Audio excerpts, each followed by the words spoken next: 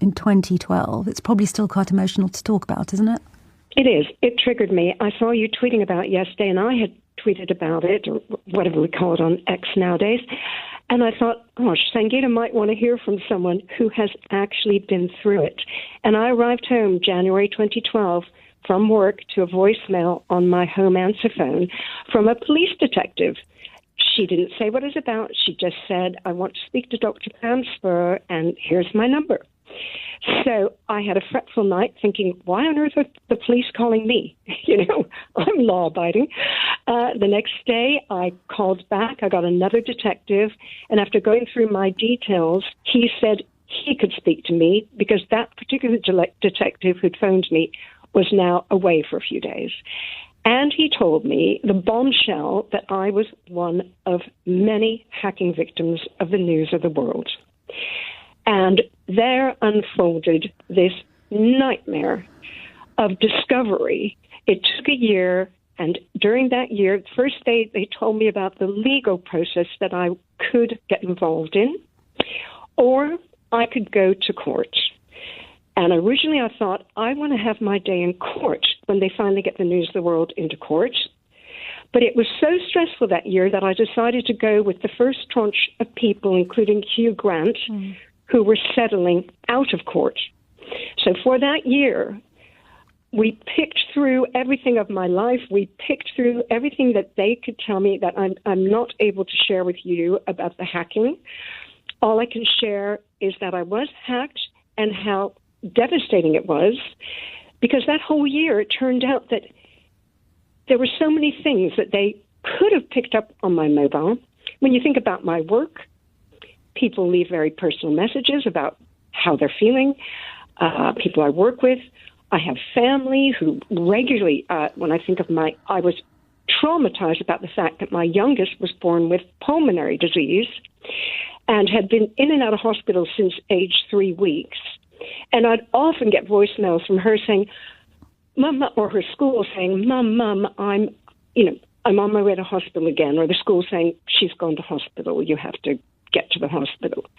And I just was so traumatized that what my poorly youngest personal messages like that. I really, and also, of course, I was so paranoid about any VIP clients of mine who might have been hurt. So it really was a devastating time. And to think that someone can peek into your phone like they're peeking through a window, like a dirty voyeur peeking into someone's bedroom window, that's how you feel. You feel tainted. So it's not a fun experience. No, I mean, I can hear your voice cracking. Just to make it clear to listeners, when you say you have to hold some things back, that's because of the non-disclosure... Legal agreement, yeah. Yes, there's a non-disclosure agreement. So I can't share things like, I know how many times I was hacked. I can't share that. I know names. I can't share that. And, of course, I can't share my settlement.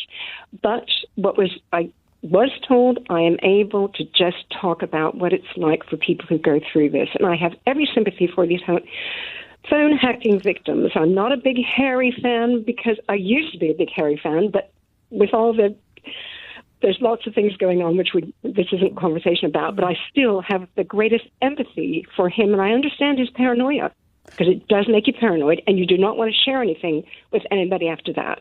So you become very guarded. I've got to let you go in a moment, but do you... Because I think you actually sum up the feeling of quite a few people, which is some members of the public may not like the way in which he's conducted his personal affairs with his family and then gone public, but they do still respect the fact that he's used his power, wealth and money to take on some very, very powerful people in this country.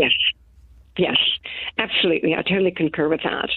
And I think anybody who's been through this will totally understand what Harry and other people have described as just shocking levels of paranoia. You do become very guarded.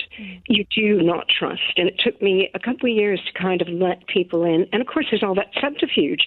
I had to tell people without telling them what I was going through, because I could not disclose I was going through the court, the settlement process. you have to tell them things like, oh, when you call me, if you don't catch me, don't worry about leaving a long message. Just say hi and I'll call you back. Because you don't want people leaving messages because you think, is the next newspaper going to do it? So.